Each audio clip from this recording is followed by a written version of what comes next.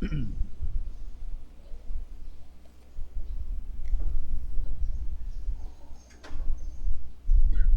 doay istorya may tungod sa kahari nga hili kay siyang tsaa o ti. Unya gusto siya magka tilaw og pinakalami nga tsaa sa tibuok kalibutan. Usa naghimo siya, nag-organize siya usa ka kompetisyon. Ang tanang mga maayo nga mohimo og tsaa sa kalibutan iyang gi-invite, gidapit aron pagsalmot sa maong kompetisyon kinsa ang makahimo og iyang maangayan nga tsaa. Kaya naman ang Arabian tea, na ay Chinese tea, na ay kanabang Brazilian tea, o nasa buwan nga klase-klase nga mga tsaa nga paghimo ay lain nga parte sa tibuok kalibutan. Kunya, niabot ang panahon, ang tanan mga kanang contestant niabot na diha sa hawanan sa aging harian. Kunya, ang tagsa-tagsa mitunol sa ilang hinimo ang kape ngadto sa hari. Ang tanan nga kape tsaa. Ang tanan iyang tilawan way say naangayan. Kunya, tanaw sa palibot, wala nga baylain nga naghimog tsaa karon. Nya ingon ang iyang ministro nga kamahalan, naay usa dito naghaling dito. Wala pa siya makasabit sa iyang tsaa o pakaria. Pagtilaw sa hari, pinakalami para kani nga tsaa, tibuok kalibutan, lupig ang tanan. Musang-utana siya, ingon siya, kalami ni imong tsaa. Unsa may imong gihimo ni nga tsaa nga lambing lami kay tanan mga tsaa gi kanang gidalit kanako. Maingon ang tiguang nga kamahalan. Simple ra, ang ako manang hugaw nga medyas. Nangapi na mo? Nangapi na mo? Nagpainit na mo? Pagikan sa inyong balay? Wala pa. Okay. So, basig, bakaran mo ha? Kanang maglutin yung tiyan. Kanang sa atong matag-adlaw nga pagsaulog, ang mga pagbasa, sa unang pagbasa, o ang mga ebanghelyo, nagisgot, o mga tao nga mga actors o protagonist sa plano sa Dios, sa kasaysayan, kahuduwasan sa tao. Ipili niya, handpick niya kini matawhana o iyang gihimo nga involved sa iyang plano sa kaluwasan. Sama panitan sa panagna ni propeta Isaías, si Elias, si Juan Bautista, mo nay fulfillment sa iyang pag-ingon nga may tao nga tuwa sa kamingawan ng singgit, andama ang dalan sa Ginoo. Unya mitubaw na po si Jose, usang ang tawag sa Dios nga mahimong mga mahan sa batang manubos. Unya uno na mga confusion niya, mga kabalaka, pero natubag gini kadiha nga pakita ang anghel kaniya. Unya pinagigdamgo. Unya mitubaw kining si Maria karon nga ianha ang anghel Gabriel aron pagtaho kaniya nga siya magsabak. Dunay mga kalibog o confusion kang Maria, pangutana niya unsa man na pagkahimo nga wala man ko'y lalaki ang kadug. Unya ayaw kabalaka kay ang usabak lalang sa Espiritu Santo. So tagon mo ang mata na Jesus kay siya magluwas sa tibuok kalibutan. In the Gospel of Matthew sa kapapakita sa anghel ngadto kang San Jose.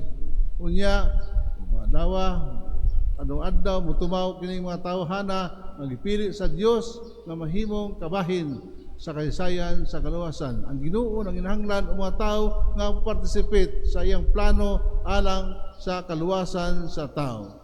So mana siya nga si Maria nga hibota usa ka ulay nga dalaga. Kunya unsa man ang pagkahimo nga ulay man siya, that's the first part of the kasal, ang engagement period for 1 year. Nga walay hilabtanay kung kay buwag sila nga pagpuyo. Pero formal na siya nga kanang committed sa usag-usa. Unya kung dunay kanang unfaithfulness sa usa, buwag sila. Si Maria nga nagsabak, nagmatikod si Jose. Gusto niyang buwagan si Maria, pero ang anghel ang pakita kaniya ayaw. Kaya nga naman ipili man sa Dios si San Jose nga matarong nga tao. He was certified by St. Matthew in his gospel nga he was a just man. Unya gipili na pod sunod nga mga adlaw, gipili na pod ni sa Ginoo ang pamilya, ang couple nga Zacarias pare ug si Isabel nga anak sa banay sa pare. Unya kay di man sila makamangasawag outside the kanang Levitical nga anay o kaliwat. Musa ang pangasawa sa pare, ang anak gyapon sa pare. So both are advanced of age. So dili na mahimo nga magsabak na si Isabel tungod kay 90 anyos na siya.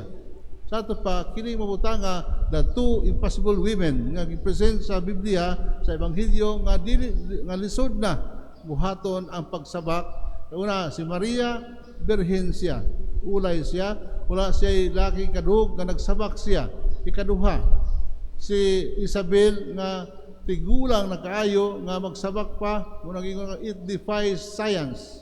Sa normal nga kondisyon, the law of nature, di na pwede kay ang usa menopausal na, ang usa micropausal na.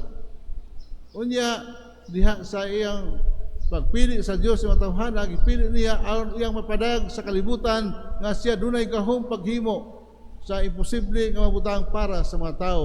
Kay with God, according to Matthew's Gospel, everything is possible. Ingon ni ana. Unya, narita kang Maria o kining kang San Jose, faithful sila sa usag-usa nga gidawat ni San Jose ang iyang kakuhan isip mga ba sa batang manubos o dito sa pamilya couple nga si Zacarias o si Isabel nga kanang ang ilang kahimtang usa ka very embarrassing condition sa ilang kinabuhi tungod kay kung walay anak, it is kabulito that they were cursed by God. Gipanghimaraot sa Ginoo because kung dunay anak, it's a blessing. The first blessing of the couple nga magkaroon og anak.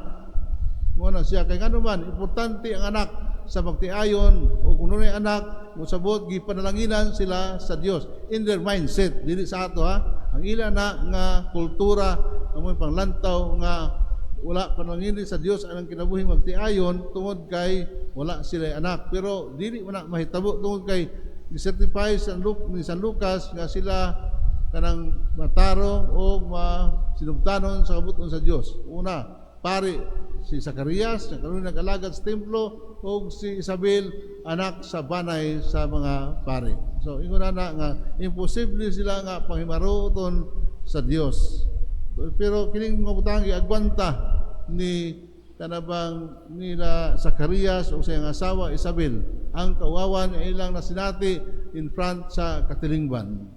Muna diha nga ato tanawon nga magtiayon walay anak bingaw ang balay. Importante ang anak diha sa pamilya. Aking suon for 20 years wala gid siya magsabak. Ngano man tungod kay ang bana electrician man matud pa nila kanang sa process sa kanang pagkuan sa kuryente, something in your hormone nga madaot siya, madamage siya tungod kay makurintihan man sige.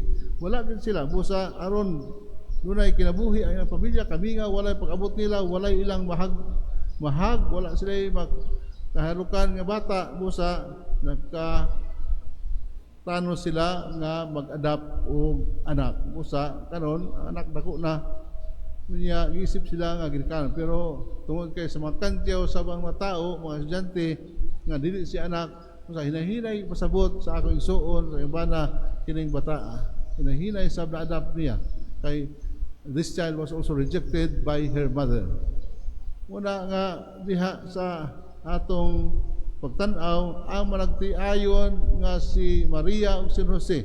The first part of the wedding is engagement. So for 1 year as engaged, walay nagreeb kanila. Kunya kang Isabel o kang Zacarias, wala sila magbuwag bisan wala sila anak. Usa nga dunay forever ang kaminyoon. Dunay forever. Kita walay forever. Naamay mong katogether pero imong katogether may another. Wala ang kamay balo. Unya na istorya because ang kaminyoon sama sa akong share gahapon nga nindot nga gitukod sa Dios aron pagulagway siyang gugmangan sa katawhan nga panahon ni Jesus ang kaminyoon nga iyang gihatagan og pagtagad importansya sa katilingban ang kaminyoon nga gitukod sa Dios from the very beginning of creation nga mao nga nindot siya ang kaminyoon tungod kay ang duha maghinigugmaay silang duha magplano silang duha nga musubay sa ilang ipangandoy nga there must be a conjugal decision, a collective decision para kanila aron kung magmalampuson ang ilang plano sila malipayon o kung mapakyas o palpak ang ilang mga plano sa kinabuhi silang duha ang magpas-an ini nindot ang kaminyoon na kay kasultihan panahon sa problema una nga munang usa sa mga problema sa mga pari kay walay iyang masumbungan ang tanan sa mga kauban ng pari busy they have their concern unya kung sumbong ka sa bahay ang babae ra ba kay maayo kay maminaw muna diha magsugod na ang unfaithfulness sa mga tao ang munyo o pari unya ingon ko nga at the age of 50 kitang tanan moagi niini pag-abot sa 50 anyos sa atong edad o mulampas 50 anyos magsugod sa 50 anyos diha na magsugod ang atong unfaithfulness. Pero tanawa si Zacarias o si Isabel nagpabilin silang maunungon sa usag sa bisan pag wala na sila ngipon bisan pa ang ilang panit kunot na apa nagpabilin sila. Kunya kanon ang panahon karon married life is characterized by breakups. It is characterized by brokenness. Married life is brittle, breakable. Karong panahon ang anuman, usahan ini sa pamlandong, usahan ini ang kining kanang gadget nato nga mahinungdan usahay nga mahimong instrumento sa pagluib sa bana ug asawa. Nay istorya nga duha ka tawo dungan namatay. Unya nagkita sa impyerno ningon ang usa ka kumpare, pre, unsa may namatyan nga dungan man ta nga namatay. Abot sa impyerno. Ningon ang kumpare, pre, pag uli na ako ikan sa opisina, ako nasakpan ang asawa dunay kadug. Unya sa diha nga akong unta bunalan miambak sa bintana ang iyang kadug. Unya namatay man kalagi. Wala ko kadawat sa pagkamaluibon sa akong asawa busa na heart attack ko mo namatay ko. Ningon siya, ikaw pre, unsa may namatyan nimo? Ningon siya, ako kato pre katong nagambak sa bintana. Ingon na usahay ang kahimtang unbrokenness, unfaithfulness sa nagtiayon. Pero kining mga magtiayon sa Biblia, they are faithful to one another. Tungod kay dunay sentro silang kinabuhi ang pag-ampo, pagtuo nila sa Ginoo nga makapalahutay kanila ni Zacarias o ni Isabel sa ilang kaminyoon nga walay panagbulag. Kunya sa purity ni Mary nga nahimo niya nga siya nanganak dili tungod sa kanang pagdulog sa laki kundi sa lalang sa Espiritu Santo nga gipili daan sa Dios sukad sinugdan.